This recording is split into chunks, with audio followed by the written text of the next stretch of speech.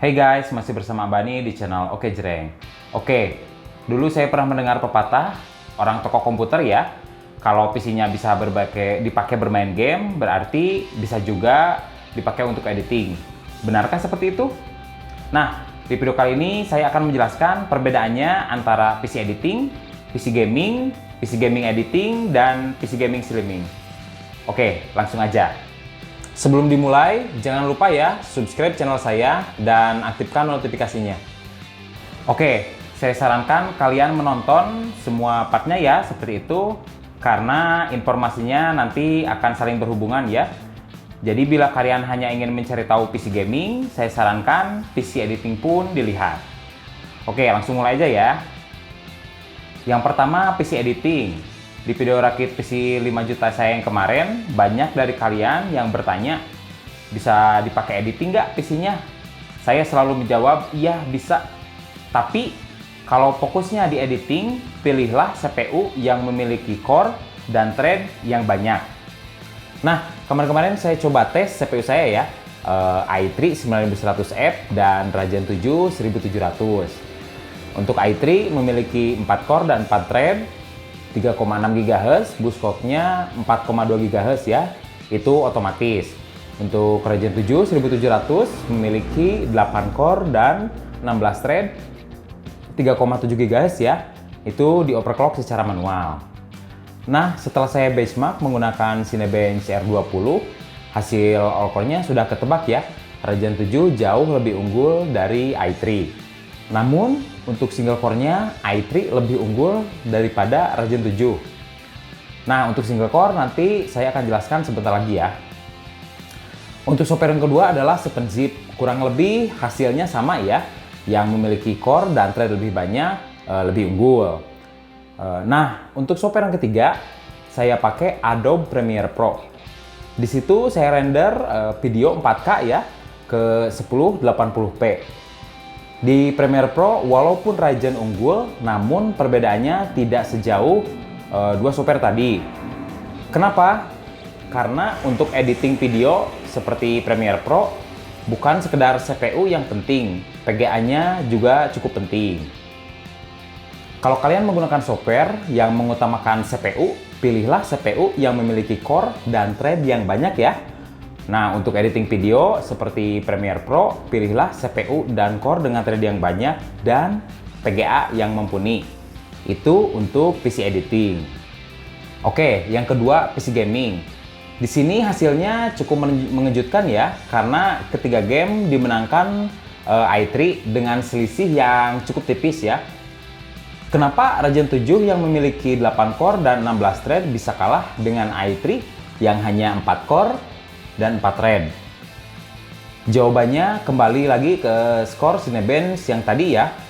Lihat di single core-nya, i3 lebih unggul daripada Ryzen 7. Karena untuk game yang penting bukanlah banyaknya core, tapi lebih ke kemampuan single core-nya. Dan berapa besar frekuensi CPU-nya. Walaupun frekuensi RT lebih kecil daripada Ryzen, namun i3 9100F ini memiliki bus clock otomatis 4,2 GHz. Oke, contoh yang paling gampang untuk dua CPU ini. Anggaplah Ryzen 7 adalah Ninja 250 ya, yang 2 silinder. Dan i3 adalah CBR 150. CC Ninja memang lebih besar, tapi kalau dihitung per silindernya, Ninja hanya 125 cc per silinder. Nah, untuk game, yang penting bukan total semua silinder atau cc-nya, tapi per satu silindernya. Simpelnya seperti itu. Jadi, apakah i3 9100F ini adalah CPU gaming terbaik? Salah. Jawabannya, i3 9100F adalah CPU budget low-end terbaik. Kenapa? Nah, PGA yang saya gunakan di sini adalah RX 58 ya. Karena PGA RX 58 ini adalah PGA low-end yang lebih cocok dikawinkan dengan i3 9100F daripada Ryzen 7 1700. Pas dites di game War Z, penggunaan CPU i3 lebih besar daripada Ryzen 7. Nah, di situ kemampuan PGA dan CPU-nya sebanding ya. Sedangkan untuk Ryzen malah kurang terpakai kemampuan CPU-nya. Bila i3 9100F dikawinkan dengan RTX 2080, di situ i3 baru kewalahan karena core-nya kurang banyak untuk ngehandle PGA high-end ini ya. Jadi kurang cukup seperti itu. Lihat ya di contoh tes seperti berikut. Pemakaian PGA-nya hanya sedikit karena telat ya diproses oleh CPU. Nah, itu disebutnya bottleneck. Nah, kesimpulannya untuk PGA dalam gaming, kamu harus seimbang ya antara PGA dan CPU. Nah, untuk gaming menurut saya harusnya sih bagusnya seperti ini. Walaupun kadang naik atau turun satu tingkat ya. Nah, kalau gitu kenapa Ryzen 7 1700 saya masih pakai RX 580? Karena PC yang saya gunakan ya, 80% digunakan untuk editing dan 20% digunakan untuk gaming. Dan saya belum punya budget ya untuk beli PGA baru seperti itu. Nah, sudah terlihat ya untuk PC gaming editing, bila pemakaian kalian seperti saya, 20% untuk gaming dan 80% untuk editing, spek yang tadi bisa kamu pakai untuk referensi. Nah, anggap kamu mau pakai 50% gaming dan 50% editing. Anggap pakai spek yang tadi ya, Ryzen 7.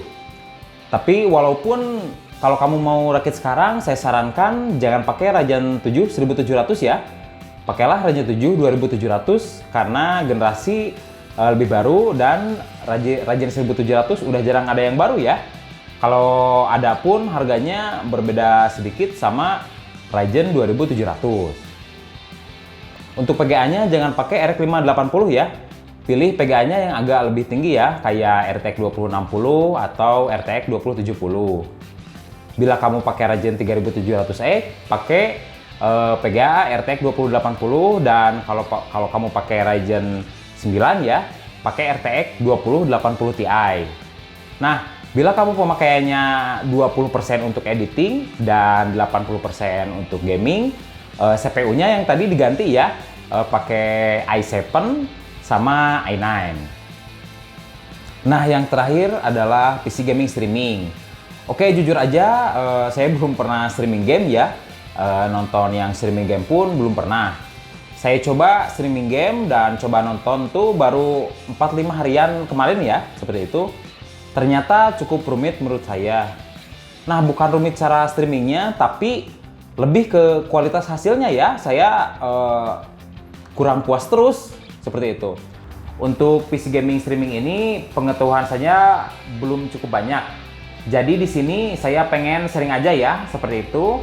Bila ada dari kalian yang lebih tahu tentang PC gaming streaming, bisa tuliskan di komentar di bawah.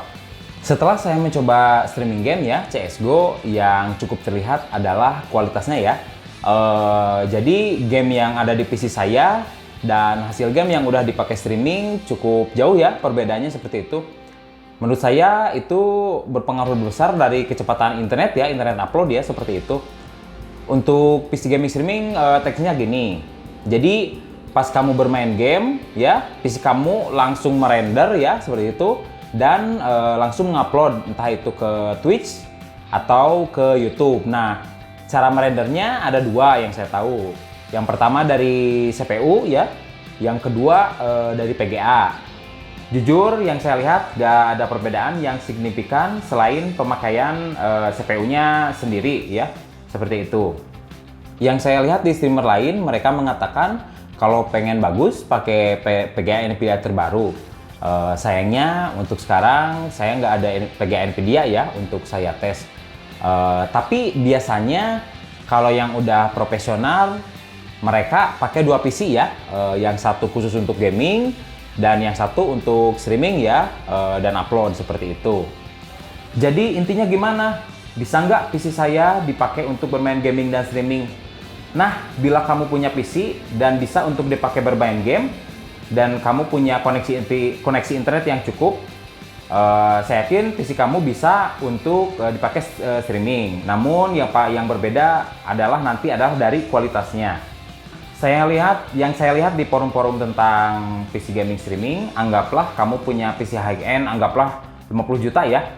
Tapi kecepatan upload internet kamu lelet. Hasilnya tetap akan kurang bagus. Yang saya tahu seperti itu. Untuk sekarang saya akan belajar lagi tentang streaming dan nanti mungkin nanti saya akan buat videonya secara terpisah tentang cara buat streaming yang tepat. Nah, mungkin segitu aja video dari saya kali ini. Bila ada pertanyaan ya, komentar atau salah atau saran bisa tuliskan di komentar di bawah ya. Jangan lupa like dan subscribe. Salam. Target spotted. That makes 3 left. That makes 2 left.